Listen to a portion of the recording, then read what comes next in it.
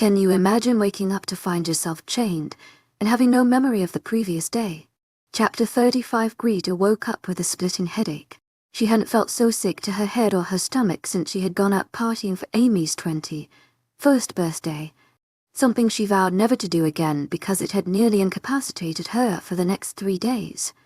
Why in the world would she have broken that promise to herself and went out and got wasted? Don't try moving, Greta. It's going to hurt too much. Greta felt the dark voice move over her body, soothing the recesses of her brain with the soft, low voice. She felt like letting the darkness at the edge of her eyes take over again, which would have been very comforting. She would have liked to sleep off her drunken, hungover state. Then the owner of the voice clicked into her brain. It was Rook. The realization of the name brought a flood of memories back to her. Mostly they centered on Alexander and the fact that she was his mate. That brought a smile to her face, despite the shooting pains that raced from her brain to the rest of her body. She should not have drunk the night before. Suddenly she stopped all movement as more of the previous day came back to her. She hadn't been drinking. She had been heading to Carol and Anna's office. And nothing. Her mind was blank after that. Something was wrong. Nothing was as it should be. Now she moved. She jumped to her feet, only to be jerked back to the ground as a chain wrapped around her neck, restricted any full movement of her body. I told you not to move, Greta, Rook said, wincing from the pain he knew Greta felt as the chain pulled her back against the rough-hewn wall. For a moment, Greta lay on the floor, stunned at the series of events that just happened in the last few seconds. She tried to shake her head clear of everything she didn't want to think about. But that action hurt more than she could bear, so she just let her thoughts run wild in her head. Moaning, she used her hands to push herself up into a sitting position. She would have rested her head against the wall, but the current bump on her head made that too uncomfortable. What in the world was going on? Taking several shallow breaths, Greta just let her body sit for a moment. Finally, when she felt she would be able to handle looking around, she picked up her head. Even that small movement sent a wave of nausea through her body, but she forced it down and just kept very still. In a few seconds, she felt a little better. Then she looked up at Rook. Her breath was stolen out of her body in an instant. A small sound escaped her lips, but she couldn't say anything. The room was plunged into complete silence. Rook studied Greta as she sat on the floor. He let out a low sigh. It looks worse than it really is. Rook, he cleared his throat. I wouldn't lie to you. Greta closed her eyes for a second, but then Rook's appearance just flew to the front of her mind. He had clearly been beaten, and quite roughly. Blood covered him, showing exactly how much damage was done to him. His face looked like it took a severe beating. His nose was clearly broken, and one eye had completely swollen shut and the other didn't look all that better. Greta, what happened? Rook asked with slight humor in his voice. Greta, someone was trying to take you. I was trying to prevent that. Unfortunately, I didn't succeed, so they beat you up. People tend to do that when you're killing the minions they sent to complete a task. To my agent extraordinaire, Madeleine Nobel, heartfelt thanks for your unfailing patience and enthusiasm.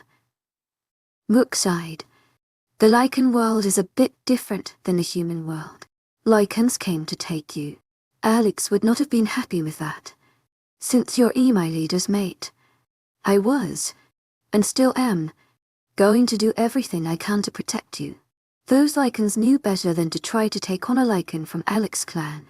Death was inevitable for as many Lycans as I could get my hands on.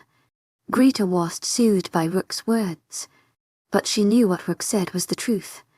She had seen Alexander take out those Lycans who had followed her in New York, and she really expected nothing less than that from his own members. So Greta figured that the Lycans who had taken her lost quite a few men trying to go through Rook to get her. Don't try moving, Greta, Rook ordered when he saw Greta attempt to get to her feet. I don't even listen to Alex. Rook, why would you think I would listen to you?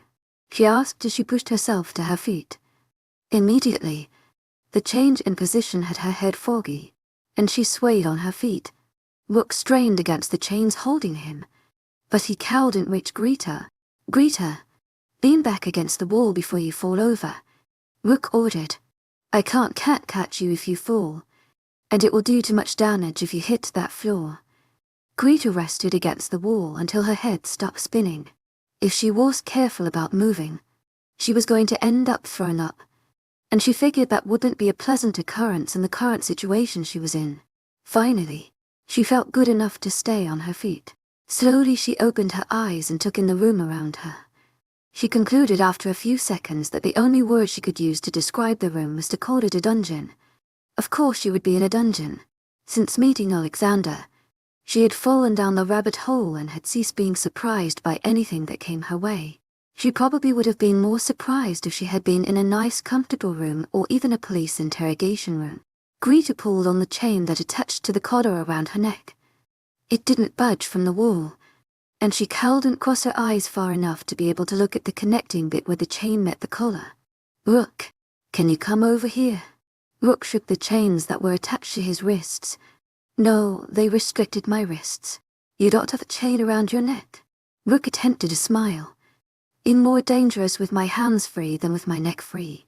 If I had control of my hands, the Lycans who took you would be dead by now.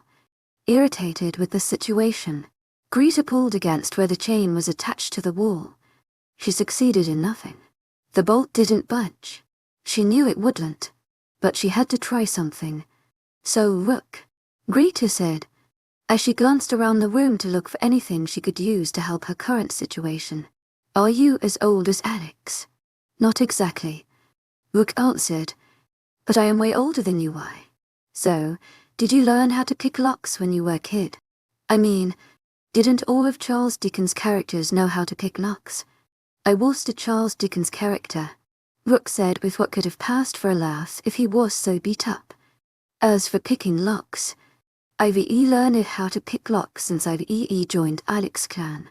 Is very insistent on his clan members being prepared for any situation. Like this. Yes, this is a situation Alex might have worried about. Rook agreed. So, how does lockpicking help you now? You can't even reach your locks. Rook nodded his head. I'm well aware of that, Greta, but our clan knows more than lockpicking. I can get out of these cuffs without picking a lock. Why haven't you then? She challenged. Element of surprise. I can't have any of the other Lycans know that ye gotten out of the cuffs. When the time comes, I will, and you will stay out of my way. Whatever goes down in here is going to be dangerous, and I will not allow you to get hurt. Greta decided not to tell Rook that she was the type of woman to just sit idly by while someone was literally fighting for her. Instead, she focused on something else. How do you plan on getting out of your cuffs? I'll dislocate my thumbs. On purpose? Greta asked incredibly. That's going to hurt. You don't need to worry about me. I'm a Lycan. I can handle a lot of pain. Not to mention you are Alex's mate. And he is my leader. I will die for you. A few dislocated thumbs will not be a problem. Greta leaned against the wall. She thought about sitting back down, but she was too worried. She wouldn't be able to get back on her feet again. If Rook was going to fight for her, she had to be ready to fight as well. Since she figured she would be waiting for a while, she rested her head against the wall and folded her arms across her chest. She began to conjugate the verb to fight in every language she knew. She made it to Greek before she heard a noise. Greta had thought that Rook had passed out, but he had been just as contemplative as she had been. But now he was moving, and if the cracking noise that reverberated off the wall was what she thought it was, Rook had broken his thumbs. She watched as the beaten man slipped his hands out of the cuffs and immediately turned to the wall. Again the noise clued Greta into what was happening. Rook was resetting his thumbs, but he had turned away so she wouldn't be forced to watch him do that. Rook, hush, Rook hardly whispered. He returned back to his original position, but this time he just feigned a look of him being in chains. Greta would have asked if someone was coming, but the key in the door let her know the answer before she had to ask. The key sounded huge and old, and it took quite a lot of jiggling before the key managed to work the mechanics inside the keyhole. 3 lichens walked into the room, of whom Greta recognized none of them. She did recognize the look on their faces of one of hated, so she figured they weren't 3 lichens from Alexander's clan coming to rescue her and Rook. Get the woman, Benjamin, one of the lichens said in Czech. See if you can get the key working better than you did with the door. Benjamin let out a string of curses but switched from Czech to English and back again, sometimes repeating a word. Well, if we could have used a place that had been made in this century or even the last century, it wouldn't take me so long to use these ancient keys. Just get her. Greta waited for the Benjamin to come close enough for her to reach him. Apparently she looked docile enough because Benjamin moved up to her without taking any precautions. With the opportunity at hand, Greta brought up her knee, hitting the man exactly where she knew it would hurt the most. Another string of curses filled the air. Get her now.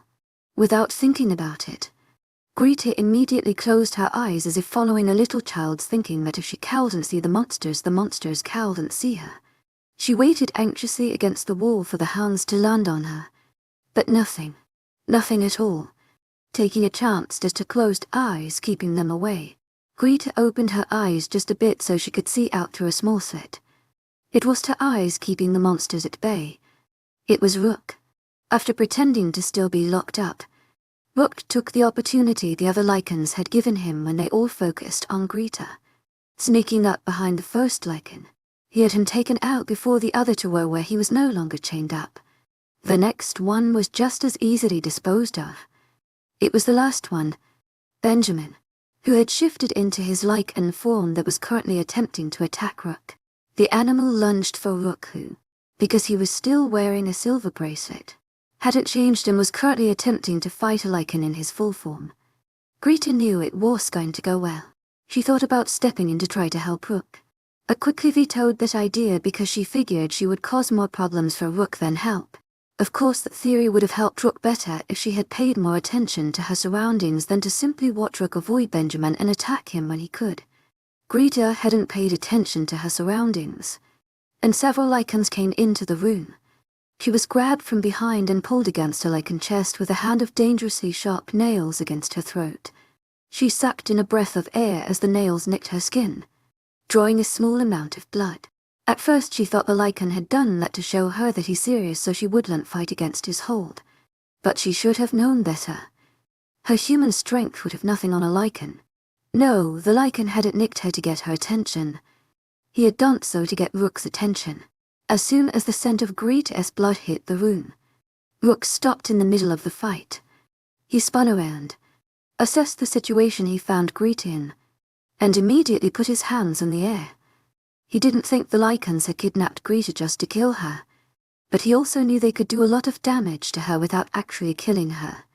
Chain him up again, and this time make the chains tight enough that dislocating his thumbs won't help him escape you fools. Do I have to do everything around here if I want it done right? Because she was in an odd situation she didn't often find herself. It took her an inordinate amount of time to place the voice behind her. She fought against the lichen holding her as she spun around. Caroline N. didn't even spare a glance at Greta. Take her upstairs. We have a phone call to make. She turned to the lichens surrounding Rook. The rest of you, get him chained up. I don't want him dead. You hear, but do what you need to get him chained. She felt the lichen behind her unlock the chain from around her neck. Don't touch him, Greta ordered. Rook had already suffered enough because of her, and now he was about to go through more pain. Take her upstairs now, Caroline said, enunciating each word.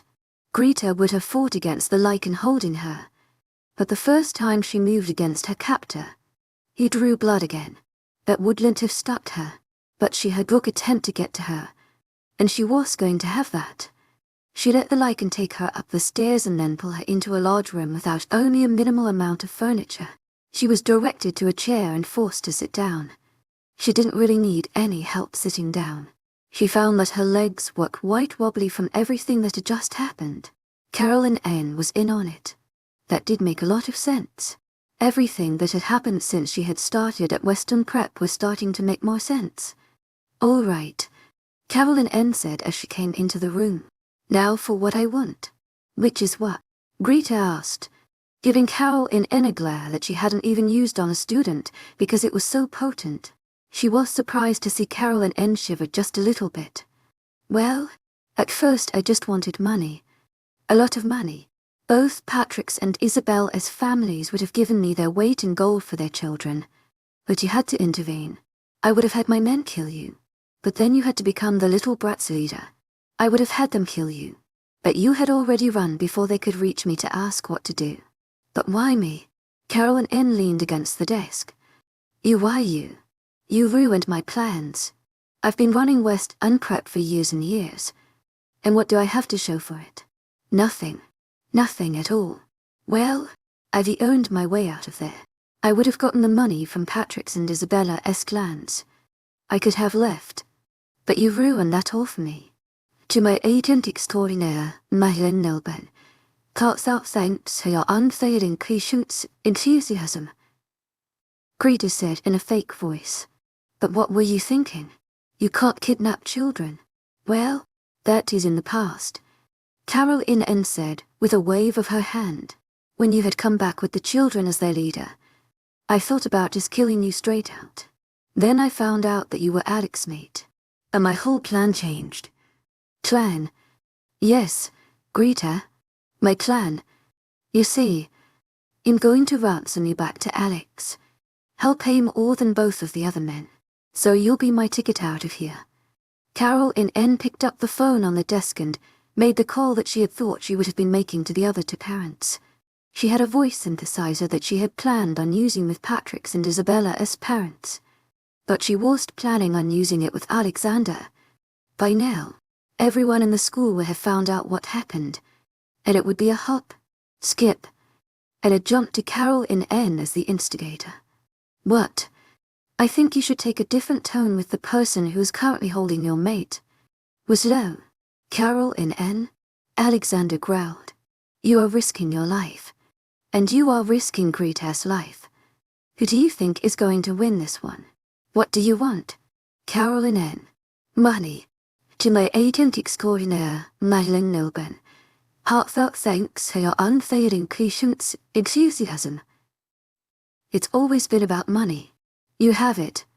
And I want it. Do you really think I wouldn't be able to find you no matter where you hid? I have your mate. To my agent extraordinaire, Madeline Nelben. Heartfelt thanks for your unfailing patience, enthusiasm. Carol shouted. If you threaten my life again, I may just cut my losses here and kill her and disappear. Alexander would have again told Carol that if she killed Greta there would be no place on the earth she could have hidden herself, that he would hunt her down and kill her as well. But he said nothing. He was going to lose Greta. You'll have your money. Carol But I will talk to Greta first, not wanting to lose face, and knowing that Alexander wouldn't give her what she wanted if he didn't talk to Greta first. Carol pretended that it had been her idea for the two mates to talk to each other. She headed for Greta. Greta took the phone. They have Rook. To my agent extraordinaire, Madeline Nelben. Heartfelt thanks for your unfailing patience, enthusiasm. She's pretty beat up. He'll be fine. Nov, how are you? Well, Carol was the bad person the entire time. I feel like an idiot for not knowing that. She was the person behind the whole prod kidnapping. We kind of figured that out. I'm going to get you back. Greta, I'd leave you. To my agent extraordinaire, Madeline Nelben. Heartfelt thanks for your unfailing patience, enthusiasm. But next time, let's bind the day I ask instead of waiting until Saturday. You'll be back in time. We are binding on Saturday. I love you. Darling, I love you too. You be careful when you come to get Rook and me. Carol grabbed the phone from Greta. Isn't that sweet? Two love birds. She put the phone up to her ear. So you talked with Greta. Now you'll give me my money. Once I have it in my bank account. I'll call you with Greta's location. Greta watched as Carol passed over the information Alexander needed to send the money to her. The whole process didn't take more than a few minutes. Carol didn't move from her desk but kept her eyes peeled on the computer that had been opened to her bank account. She heard Carol in and crackle as the money entered her account. Greta really should have paid attention to the way Carol in N laughed. She mimicked every evil witch in every fairy tale. She had the cackle down to perfection. She was evil. Carol in N shut her computer, zipped it into her bag and slung it on her shoulder. Well, my work here is done. She looked over at the two other lichens in the room. Your money will be sent to your accounts. Clean up here. What about her? One of the lichens asked, jutting his jaw to indicate Greta. Carol in N stopped in the doorway. She turned around, letting her computer bag slide off her shoulder to the floor. She stepped over to Greta. You have been a thorn in my side since Prague. But she raised her voice as if she had forgiven Greta for all her problems she had caused. You're Alex, mate. I haven't quite congratulated you on that, nor have I given you a proper gift on your upcoming binding ceremony. You don't have to give us anything, Greta said. I can guarantee that your absence will be present enough for us. Carol in N.'s face reddened at the insult. I think I will give you a gift anyway. Right now you're a human. I'm going to fix that for Alex. Moving quickly, Carol in N grabbed Greta's arm, let her fangs grow, and then bit into the soft human flesh. The two lichens did by as Carol in N did Greta. Finally one stepped forward and pulled Carol in N away from Greta. You're tearing her arm to shreds. She's already as good as dead. You don't need to kill her from loss of blood. Carol in N wiped off her mouth. You're right. Take her back down. Perhaps Alex will find her before she breathes her last. Greta felt her blood run cold. She had been bit. She may not have read the entire book Alexander had written, but she had read the part about biting a human. It was a death sentence. A death sentence for both the lichen and the human. Humans didn't survive lichen bites. Unfortunately, Greta had read about several human deaths caused by a bite. It wasn't good. It was a very painful way to die. And she was going to die that painful way. And she wouldn't even have Alexander there with her. She let the lichen take her back downstairs. Her arm was dripping blood the whole way. Perhaps it was a trail Alexander could use to find her. Then she could tell him again that she loved him, if he found her before she died. Chapter 36. Alexander shut his computer as soon as the transaction went through. He had sent Carol in the money, but he was naive enough to think that that ensured Greta's safety. Carol in N was a desperate lichen. Money was a motive that made both humans and lichens do things they wouldn't normally do. Why would she take Greta? Alexander looked up at Patrick as he asked the question. It wasn't the first time he had heard the question. Since his men had brought both Patrick and Isabella safely back to the manor, Patrick had asked the question a half-dozen times. Then, Alexander hadn't been quite sure why Carol in N had taken Greta. He surmised several different reasons, one of which was for money, but since he hadn't known for sure, he hadn't shared his thoughts with the younger lichen. She wants money. Greta may be a leader, Patrick said, but she's not wealthy like normal leaders. Carol in N is well aware of that. She wasn't asking for Greta's money but mine. Alexander jerked his head up. His eyes flashed black and bored into the young man. And what, Patrick? Are you really asking me if I wouldn't pay for Greta? She's my mate. I would do anything for her. For months before, Patrick might have started shaking in fear from having an angry Alexander standing in front of him. But Patrick had learned a lot about Alexander that lichens outside his own clan never got know about. Alexander was a ruthless lichen and wouldn't think twice to kill someone who dared to harm one of his own. But despite what seemed like a short fuse, Alexander would never attack for no reason. Squaring his shoulders, Patrick held his head high and took a deep breath. I want to go with you. Alexander's burning eyes simmered down to his human color. No, she's my leader. Chile agent extraordinaire, Madeleine Nilben. Heartfelt thanks for your unfailing patience, enthusiasm. He purposely used Alexander's name to put him on the same level as the adult. It is my job as her clansman to get her back. I'm going to go with you. Normally, I would say yes, Alexander said, being completely honest. He understood the role leaders had in the lichen world. and he understood that every clan member would do everything in their power to protect their leader. In any other situation, Alexander would have taken Oida's clansmen with him while he went to rescue said clan leader. But this situation was different. In not taking you with me, Patrick, Greta would not be happy with that. I don't mind if she gets angry with me. Neither do I. Alexander agreed. But you are in a rather peculiar situation. Most people have more than one other clan member. But you do not. You will stay here with Isabella. Alexander's unspoken words were easy enough for Patrick to pick up. If Greta didn't come back, Patrick and Isabella would be without a leader, leaving it up to anyone to become their leader or one of them to become the leader. Patrick would have to stay to protect Isabella if worse came to worse because Greta wouldn't like it if Isabella wasn't protected. I just don't think Caroline should get away with everything. She won't get away with it, Alexander assured Patrick. However, I won't risk Greta's chances right now. Caroline can think she's free and clear. My focus is on Greta. I'm going to go get her and bring her back. Then you and I can talk about Caroline. Silently agreeing with Alexander, Patrick stepped out of Alexander's way to let him leave the office. Alexander took the opening and left the office. He stopped to talk to Andrew, who stood near the office door. Take Patrick back to his clan's property. You and Yates will stay with Patrick and Isabella until we come back. With my leader? Patrick added.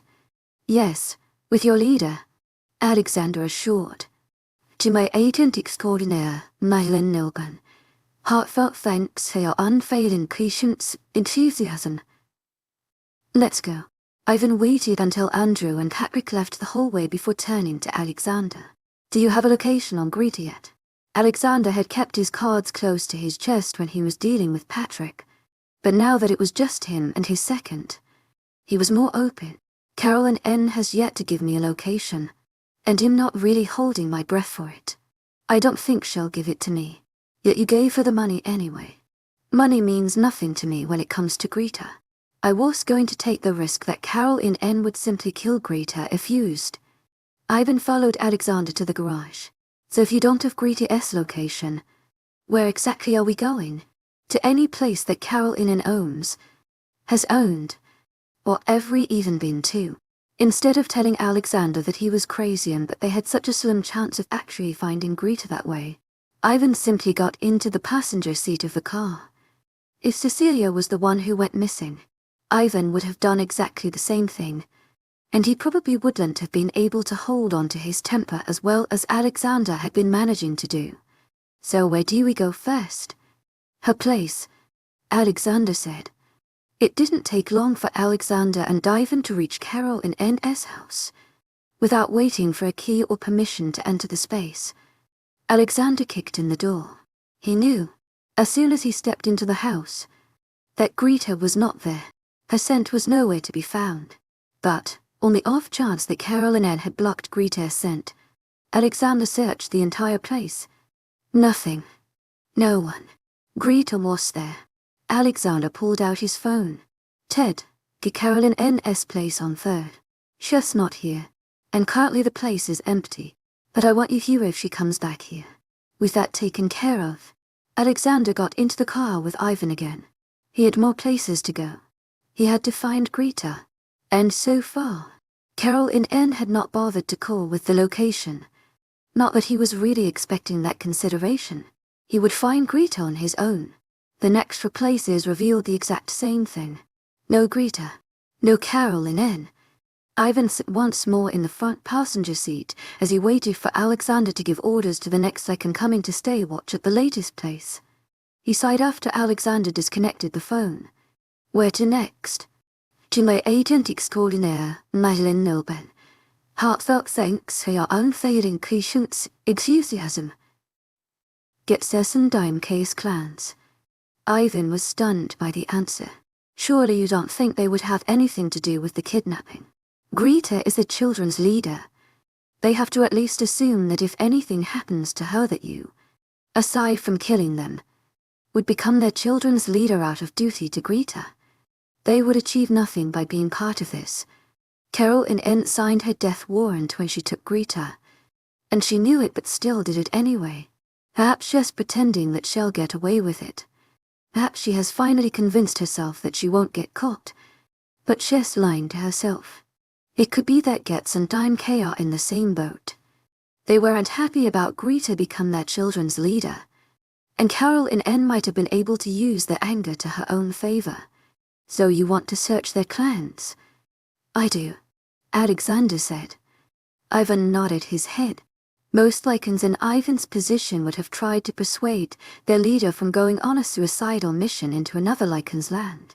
But Ivan was most Lycans, and Alexander was most leaders.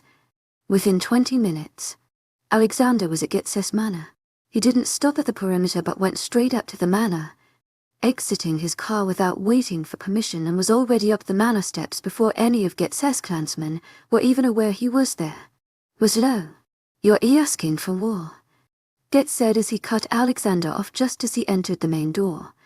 You're right about that, Alexander admitted, not at all worried that the clan around him was slowly turning into their Lycan forms or that he and Ivan were outnumbered 10-1. I am asking for war. The question is who my opponent is going to be. If it's you, he'll kill you now and then take your clan apart man by man. If it's not you, he'll leave you be to live in peace with your clan. Getz seemed to be thinking over Alexander's words. He had thought that with 20 Lycans on his side and only 2 on the other side, that he would have felt much safer facing down Alexander. That the man in front of him was surrounded by confidence and mystery. Perhaps if there weren't so many stories of Alexander being in similar situations and coming out as thick each time, Getz might have pushed a little further, but he was willing to take the chance. And he especially was going to stand between Alexander and his mate.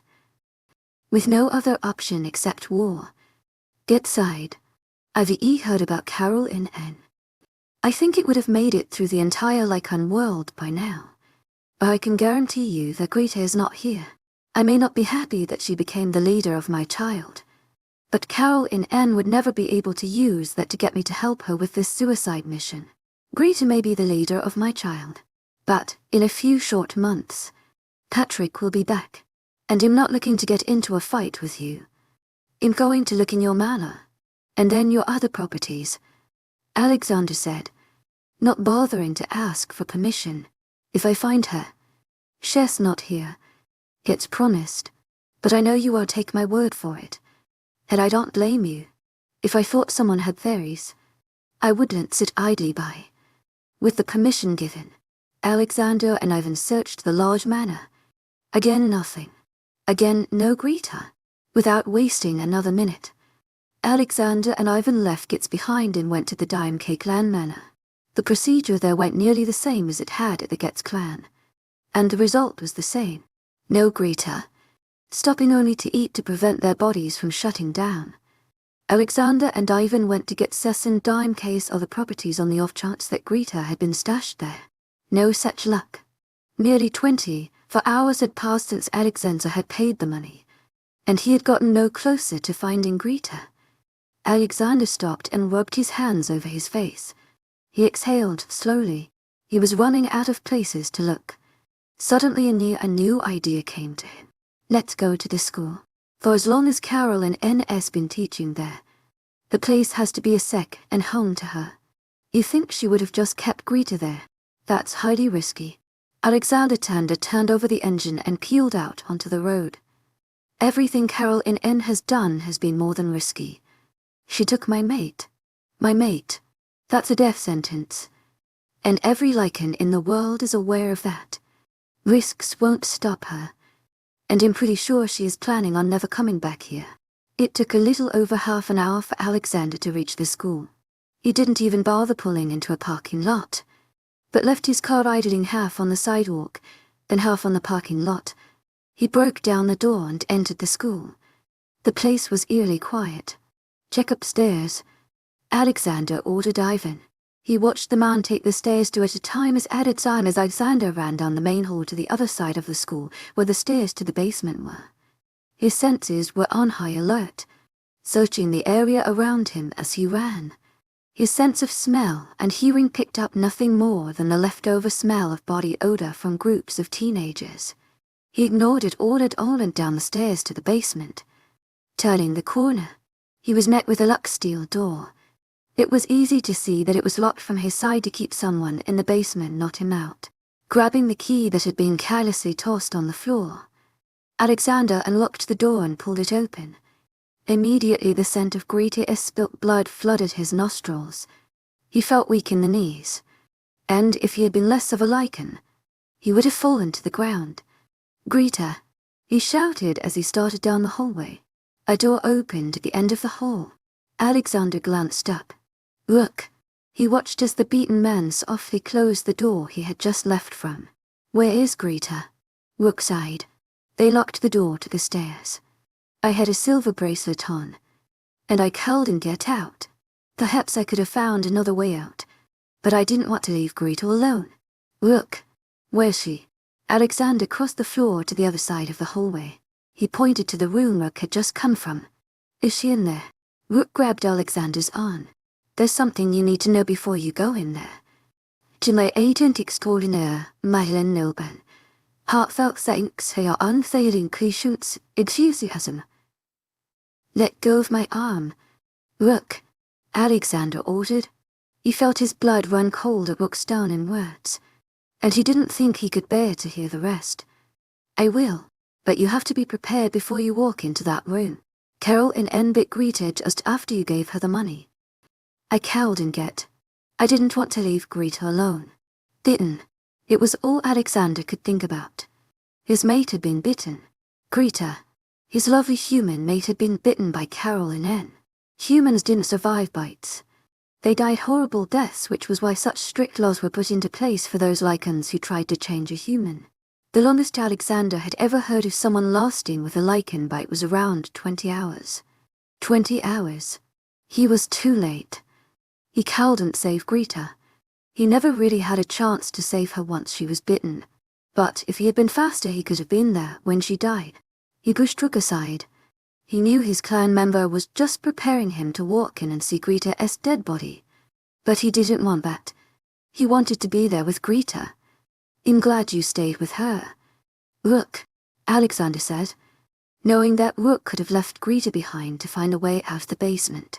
"I'm glad that she didn't die alone." Without waiting for Rook to say any more, Alexander pushed open the door. Greta's scent was overpowering because of the loss of blood, and it nearly made him fall to his knees. He saw Greta's body lying on the only available flat surface, which was a hard bench. Heading over there, he pulled the limp body into his arms, fell against the wall and cradled her close to his chest. Despite not having cried in literal centuries, Alexander could feel the tears hit his eyes when he thought of the loss of his mate. "I should have been there. Darling," Alexander whispered. "I'm sorry I wasn't here for you at the end." Rook followed Alexander into the room. "To my agent extraordinaire, Madeleine Nilban, heartfelt thanks for your unfailing patience, enthusiasm." "She's not dead. If you listen hard enough, you can actually hear a faint heartbeat." Alexander, not aware that his senses were already on high alert, tried to listen harder. Finally he noticed the soft, nearly silent thud heart. Leaning down, Alexander kissed Greta's forehead. "You're so strong. Love." He looked up at Rook. "She's still fighting the bite. How much pain has she been in so far?" "Most don't last over 20 hours. Rook shook his head. "To my agent extraordinaire, Madeleine Nilban, heartfelt thanks for your unfailing patience, enthusiasm." "I don't think you understand. She's not fighting the bite anymore. She already has." Alexander looked confused. "She's changed," Rook clarified. "I don't know how it happened, but Greta is now a lichen." Chapter 37. Patrick bristled as the lichen standing guard near the door put his hand on his shoulder to stop him. Despite controlling his anger as best he could, Patrick could feel the hair on the back of his neck begin to grow. A clear sign his lichen side was pushing through. "To my agent extraordinaire, Madeleine Nilban, heartfelt thanks for your unfailing patience, enthusiasm." Patrick ordered as he pushed the hand off his shoulder. "You will not order me, young lichen." Again he bristled, and again he forced his lichen side down as much as was possible. which worsened very much when he noticed his hands were covered in fur.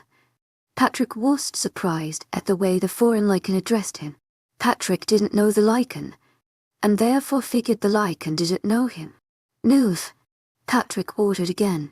"Miss Claassen is my leader, and I have every right to see her." "That's not entirely accurate," Alexander said, coming up behind Patrick and laying a hand on the young boy's shoulder. "Lichen law says that you are allowed access to your leader when the leader's on his, or in this case, her clan's property. As you notice, Greta is in a room that is on my property." Patrick shrugged Alexander's hand off. Despite having lived with Alexander as his ipso facto leader, the man still frightened Patrick, and he could understand how Alexander's rough reputation had flourished in the lichen world. However, Patrick was going to let that stop him from getting to Greta. "To my agent extraordinaire, Mylan Nilben, heartfelt thanks for your unfailing patience, enthusiasm. I want to see Greta." Patrick didn't let Alexander finish, he simply interrupted him. "She's my leader, and if you deny me access to her, I will assume she's in danger from you, and I will attack you, and anyone else who gets in my way. Lichen law is on my side in this. You can't think to attack was low," the unknown lichen said. "Even if you succeeded, which we both know you won't, he has his entire clan here behind him. She is my leader." Patrick shot the lichen a glare that he had learned from Greta, and then turned to Alexander. "I want to see her now." Alexander cleared his throat. "If you hadn't interrupted me before, you would have heard that Greta has been asking for you. I was looking for you on your leader's property. You weren't there," he said accusingly. Patrick shrugged his shoulders. He knew he was supposed to stay on Greta's side of the manor. He knew that trespassing on another clan's property could get him killed, but none of that mattered since he was looking for Greta. When Alexander hadn't moved a step from where he was, Patrick looked pointedly at him. "Well, I'm ready. I'm a leader of my own clan," Alexander reminded him. "You might want to watch how you talk to me, or I may teach you a lesson you won't forget." Instead of quivering in his boots as he should have, Patrick let a slow smile creep on his face. "Well, you could certainly try, but my leader would be thoroughly disappointed in you. And the one thing we have in common is that neither of us want to disappoint Miss Claassen." Throwing his head back, Alexander let out a loud laugh. "You have that right." He turned to the lichen standing in the hall. "Jeff, both Patrick and Isabella will always have access to Miss Claassen as she's their leader." With that said, Alexander turned the doorknob and pushed open the door and then waved his hand to usher Patrick into the room first. He followed the young lichen into the room. He nearly tripped over Patrick when the boy stopped in mid-stride halfway through the door. "Careful there," Alexander said. He stepped around the boy. "So, as you have just figured out, your leader is now a lichen." Patrick reacted violently. The nails on both of Patrick's hands extended into dangerously sharp claws. Grabbing hold of Alexander's shoulder, Patrick pulled him back around and attacked Alexander's neck, the most vulnerable place. "You attempted to change Greta," he slashed again, drawing another round of blood. Hell had already broken loose, but suddenly there came another round of hell. The door flew open and 5 lichens stormed the room as the scent of their leader's blood filled the air. The newcomers took in everything in under a second, and then, seeing a lichen attacking their leader, immediately went to step in. "Stop. Stay where you are." It was Rook who held out his hand to stop the other for lichens. His eyes were burning black, but his voice was human as he studied Greta. "Our leader is being attacked. Greta, I know you're his mate and that is the only reason why I've stopped them. But just because the attacker is your clansman will not stop me from giving them the word to tear him off Alex. Alex is just fine," Greta said as she stepped in between Alexander and his men. "Look, he has Patrick pinned. I'm sure Alex wouldn't have been your leader if he couldn't handle one teenage lichen." Alexander did have Patrick pinned. He had his arm pressing against Patrick's neck against the wall, stealing the young man's air and forcing him to give him all his attention. Despite having anger flowing through his body and being attacked without provocation, Alexander hadn't changed into his lichen form. It was that he thought Patrick was worth changing for. Patrick was a teenage lichen, and in his form, he would have no problem killing a grown man. No, Alexander didn't change because Patrick had been right when he said that Greta would be thoroughly disappointed in him. And Alexander didn't want that. Now that most of the tension in the room was satiated, Greta moved over to the wall where Alexander was still controlling Patrick simply by refusing to let him get more than just the barest amount of oxygen into his lungs. She placed her hand on Alexander's shoulder. Let him go. That would be a bad idea, Alexander said. His tone was conversational, as if he were talking about the weather and not holding something pinned to the wall. Bad idea. If I release him, Alexander explained, he will simply attack me again, and this time my men won't listen to you. They will defend me. Well, we certainly can't stay like this forever. Patrick has class on Monday. Order him to change back, and to keep his human form. Alexander heard Patrick attempt to talk, but his arm against the throat prevented that from happening. He glared at the teenager. Be grateful. I'm not just throwing you to the wolves. Patrick, you attacked me unprovoked. Greta sighed. Patrick, change back. Alexander waited for the lichen body beneath his arm to change back into his human form before he released the teenager and stepped back. He glanced at Greta. Tell him to keep his human form. You are not my leader. Greta told Alexander. As for that rule, no, I won't give it to Patrick. She turned to Patrick. Why did you attack Mr. Winslow? Patrick started that accusation, and again found his body reacting to situation. He shouldn't have tried to change you. Several low growls filled the room. Greta glanced over her shoulder at the men behind her. That's enough. She turned back to Patrick. Mr. Winslow was not the one who bit me. Patrick looked over at Alexander, who was still bleeding from his neck and shoulder. Someone had given Alexander a cloth, and he was holding it against his throat to keep the blood from gushing out. You didn't change her. It was Carol in N. Alexander said. Greta is my mate. I would have never changed, or attempted to change her. There are only myths of humans surviving. I wouldn't have risked it. Except she's your mate, Patrick pointed out. Perhaps you wanted her to be a lichen so you could have a longer time with her. Alexander looked confused. So you think I waited this long to change her? Patrick shrugged. It would be a good excuse if it hadn't worked out.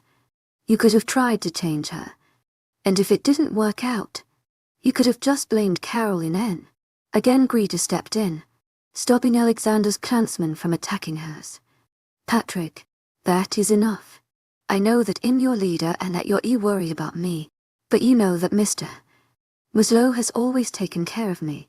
He would never hurt me, and that includes trying to change me. It was Carol in N.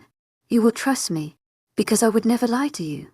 Suddenly Patrick's entire attention was on Greta. You're a lichen now. A lichen. A real lichen. I am. The room was plunged into silence as Patrick seemed to be trying to figure out the new piece of information that was given to him. Suddenly he grinned. I can't wait to tell the others at school. Well, why don't you start with Isabella? Alexander suggested. That way, she won't think she needs to attack me as well. I wouldn't let her, Patrick said, possessive lie. It would be much too dangerous. If she feels the need to attack you, they'll do it for her. To my agent extraordinaire, Madeline Nilbo, heartfelt thanks for your unfailing patience, enthusiasm. Greta interrupted. I'll do it for the both of you, but it won't be necessary here. All of us are completely safe. Now head back. Greta waited for Patrick to do as she said before turning to Rook and the other men in the room. You may all leave. The men immediately turned towards Alexander to ask for his orders. In lichen law, the mate of a leader had more authority over the clan than others. But technically, Greta and Alexander never had the binding ceremony, and therefore she had no more authority than any other foreign lichen. Alexander nodded his head, giving them the same direction as Greta. Once all the men were gone, and they were once more alone, Greta gave her attention to Alexander. You should heal yourself. You sound as if you think this is my fault, Alexander said with a small laugh in his voice. You could have told Patrick about me before he walked in here, Greta said. Her smile covered her face as she moved closer to Alexander, noticing that he took a step back from her for each step she took towards him. Soon, the desk at the other end of the room blocked Alexander from retreating any further, and he sat on the edge of the desk. Greta walked up to him until she was standing between his legs. She gently took hold of the cloth Alexander was still holding to his throat. She pulled it away and then cringed slightly at the pain such a wound would cause. Why? Alexander studied Greta's eyes for a moment. Why haven't I healed myself? Or why did I allow Patrick to get so close? Any both. Although Patrick's reaction was a bit of a surprise, I would have been able to stop him, but at expense of his own safety. Since I knew that would have bothered you, I decided not to hurt the kid. As for changing to heal myself, I couldn't do it with Patrick in the room because he would have instantly seen me as a threat to you. And then it would have started all over from the beginning again. And now? Greta asked as she pressed the cloth to the wound on Alexander's neck. His smile was entirely cocky. I kind of like having you take care of me. He reached his hand up to sneak around Greta's neck and wind in her hair. Then he pulled her closer to him and covered her mouth with his. It was the first time he had kissed her since he had found her in the school, but each time it felt like he hadn't spent enough time kissing her. And he knew he would have to devote an entire day to kissing her just to satisfy his like inside. But that day was going to have to wait. Alexander thought as he pulled away from Greta long before he wanted to. We'll have a binding ceremony tonight. His voice gruff and harsh from the emotions racing through his body. And I intend on starting right here where we left off. Now it was Greta's turn to smile. Perhaps. I might have forgotten where we left off. You might have to back up a bit. Laughing, Alexander pushed himself off the desk. You are as quick as a lichen as you were as a human. Suddenly he was serious. I love you. To my agent extraordinaire, Madeleine Nogan. Heartfelt thanks for your unfailing patience, enthusiasm. He whispered as he wrapped his arm around her waist and pulled her closer to him. I love you. I love you. Too whispered, standing on her tiptoes. She placed a light kiss on his lips. Now heal yourself before you leave this room. I don't want your clansmen to be worried about me or my clansmen. Worried. My clansmen are warriors. Greta. They do not worry. But to appease Greta, Alexander shifted into his lichen form and let his superior blood heal the wounds in his neck and shoulder. He only waited for the most superficial wounds to be healed before shifting back. He would spend more time later to heal his wounds, but he needed to make sure Greta had the right timeline for the night's events. You're not completely healed, Greta pointed out when Alexander once more stood in front of her in his human form. I know. I'll heal the rest later, Alexander said with a wave of his hand. Saint Kay and his clan will be here within the hour. They will be in attendance with you and your clan. This evening, once the sun sets, the clans will meet in the backyard. Then the binding ceremony will take place.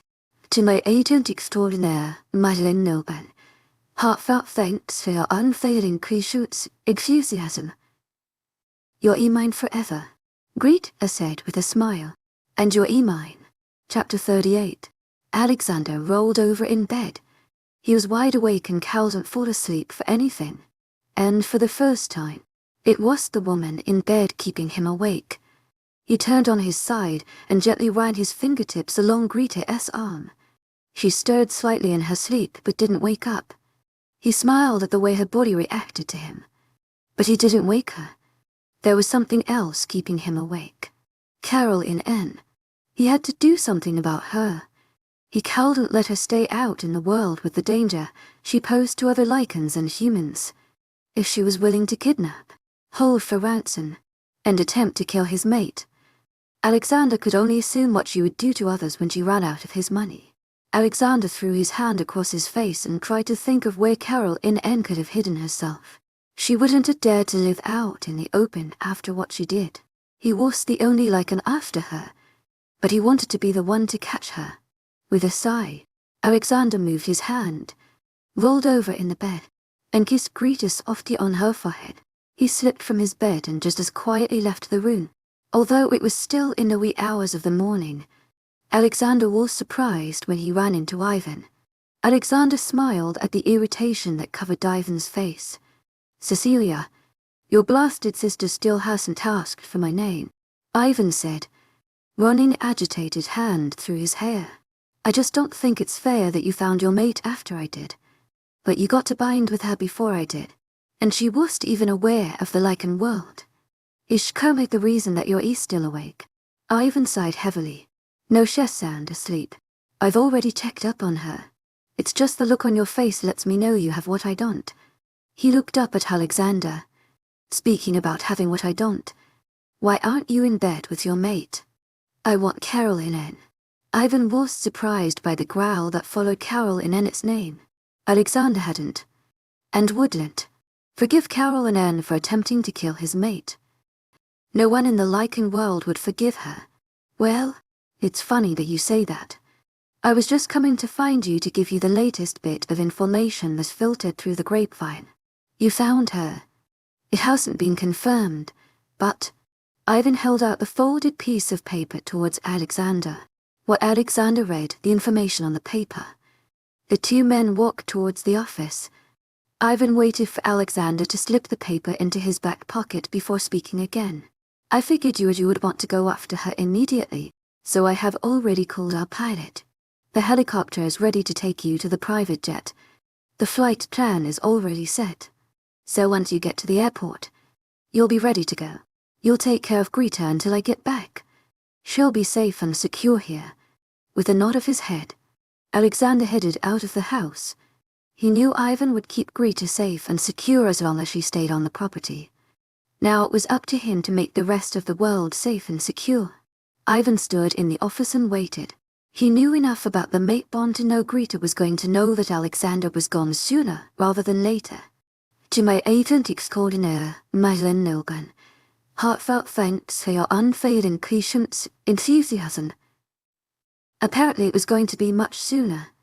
Ivan spun around. "Good morning, Greta. It's much too early for you to be up yet. Why don't you go back to sleep until it's time to get Patrick and Isabel up?" Greta turned her silent teacher stare onto Ivan. She had several stares that she had perfected over her years of teaching, and each stare was used in different situations. The one she was using now was the one she used on students who were withholding information that they knew she wanted. It took only a few seconds before Ivan started shifting, and then only 1 or 2 more seconds before he sighed. "Alex went after Carol in N. He can't go after her," Greta said with a sigh of her own. "At least, not today." She held out her hand towards Ivan. "Can I have your phone?" "Please." "Greta, surely, you can't be planning on telling Alex what he can and cannot do. He is the leader here. In as much of a leader as Alex is." She replied and then held out her hand again. "Phone, please. I don't think this is a good idea," Ivan said, even as he dug into his pocket and pulled out the required device. He handed it over to Greta. She scoffed at Ivan's concern and dialed Alexander's number. "I just left. To my agent extraordinaire, Madeline Nilban, heartfelt thanks for your unfailing patience, enthusiasm." Alexander's voice came on loud and angry as he incorrectly assumed it was his second phoning him. What can possibly have gone? "To my agent extraordinaire, Madeline Nilban, heartfelt thanks for your unfailing patience, enthusiasm." "You're not going after Carol and Anne today?" "No. Why do you have Ivan's phone?" "That is immaterial to the conversation. You cannot go after Carol and Anne today. You have to come back here." "Do you miss me already?" Greta eerily answered in the negative when she stopped and realized that she did miss Alexander. She shook that thought away. Alexander Cowlton had been gone for more than an hour, and it was a little silly that she missed him after only an hour. She cleared her throat. "Whether or not I miss you isn't important. You have to come back. Patrick and Isabella go back to their clans today, if their fathers want them back," Alexander added. Despite the fact that Alexander wouldn't be able to see her, Greta rolled her eyes at his words. There was no way the two fathers wouldn't take their children back. They will want them back, Greta assured him. And you promised both children that you would be there so they could say goodbye to you. You can't break that promise, especially not for Carol and Anne. Alexander growled deep in his throat. In his excitement to go after Carol and Anne, he had forgotten the two children were leaving or that he had even made a promise to them. But Greta was right. Something he was pretty sure he would be saying more often than not throughout their lives together. He couldn't go after Carol and Anne yet, taking the growl as a sign that Alexander was going to do as she asked. Greta smiled, made a kissing noise over the connection, disconnected the call, and handed the phone back to Ivan. I'll be right here. I don't think I ever expected to see Alex wrapped around anyone's finger, Ivan said as he tried to hide a smile. Greta hid her own smile. I don't have him wrapped around my finger. I simply told Alex another choice, and he realized that was the right one. And as such a smart man, he would always choose the right one. Ivan let out a laugh. Greta, you don't have to defend him to me. He is my leader. I wouldn't have followed him for this long, if he was the man that he is. Now, if you want Patrick and Isabella to get to school on time, you're going to need to get them up. With a quick glance at the clock in the room, Greta agreed with Ivan. After she and Alexander had bound, she became, "To my agent extraordinaire, Madeleine Nilbert, heartfelt thanks for your unfailing patience, enthusiasm." A member of the Winslow clan, but since she was a leader of her own clan, her clan members remained solely under her authority. Because of that autonomy, Patrick and Isabella stayed in the same part of the manor Alexander had bequeathed them when they first arrived. However, despite the fact that Greta, as the leader of the clan, would be able to stay on the clan property as well, Alexander wouldn't hear of her spending every night away from him. Not that Greta was arguing that point either.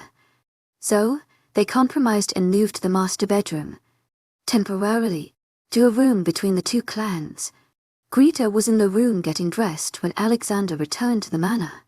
He took one look at her and forgot that he had been slightly irritated that he had to postpone his revenge on Carol and Anne. With steps as quiet as a wolf's in the forest, he crossed the floor. He snaked his arm around Greta's waist and pulled her against his back. "Nolly," you would have shrieked in surprise. "My dear." "Yeah, when I was human," Greta agreed, twisting around in Alexander's arms so she could meet his eyes. "Now that I'm a lichen, I always know where you are." She stood on her tiptoes so she could place a short kiss on Alexander's lips. "To my agent extraordinaire, Madeleine Nilbert, heartfelt thanks for your unfailing patience, enthusiasm." Like it always seemed to do, the kiss turned into a much longer one. Greta finally pulled away from Alexander. "I have to get ready for school, and if we keep kissing, I'm going to start going the other direction. You're not really convincing me to stop kissing you. Patrick and Isabella want to say goodbye.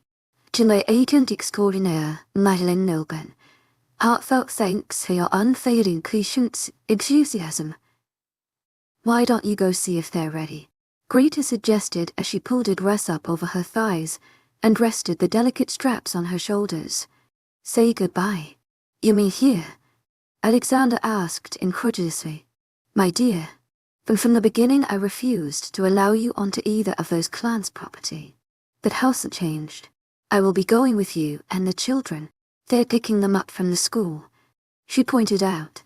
"In going with you," Alexander said again. "All right." Greta agreed without really putting up an argument.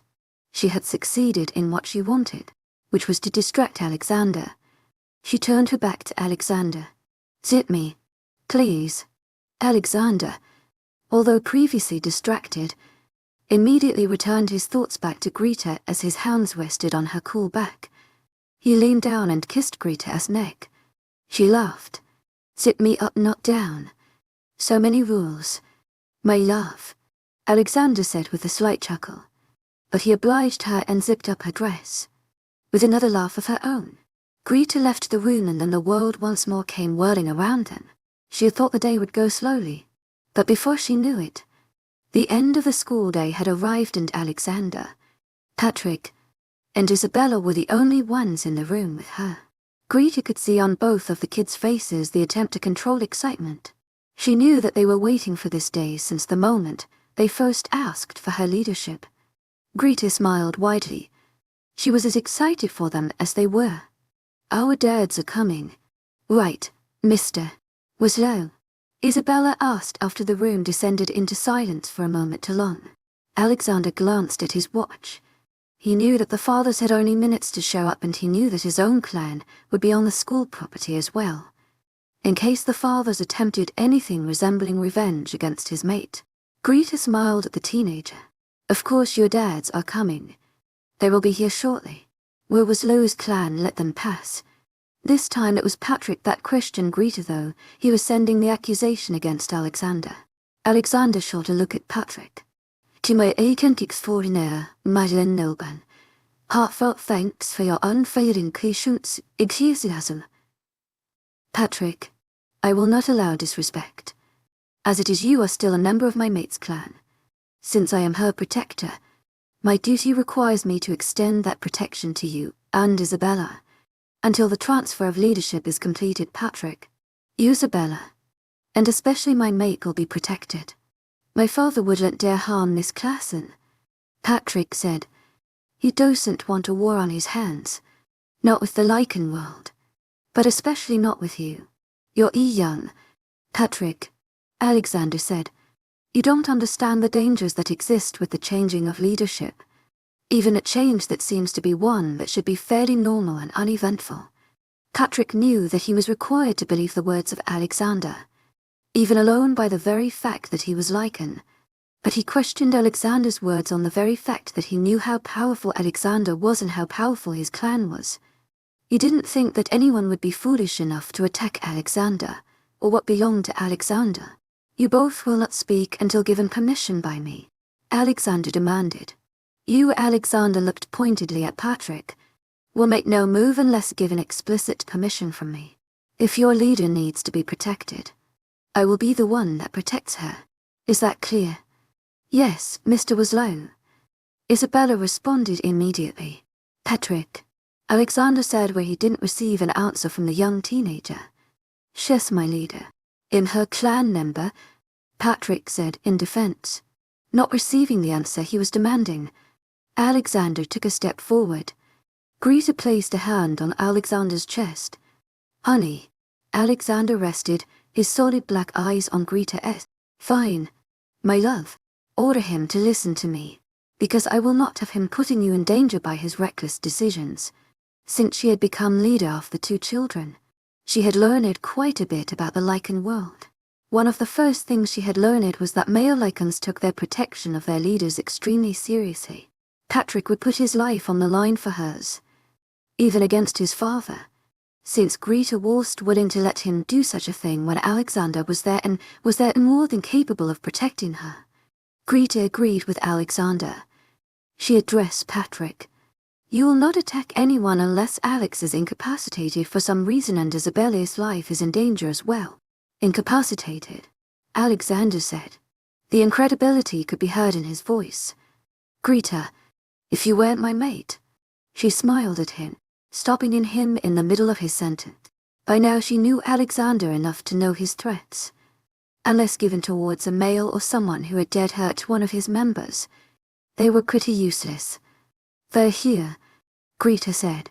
Since she hadn't been a part of the Lycan world for very long, and her transfer of leadership had been under an odd set of circumstances, Greta was sure how it was going to go. If she had to describe the situation in just one word, she would have described it as boring. The children both asked their fathers for food and water. Their fathers supplied the required items, and it was over. She was no longer a leader in the Lycan world. Once the room was clear, Alexander wrapped his arm around Greta's waist and pulled her against his chest. "Are you okay, love?" She wrinkled her forehead as she focused on the question.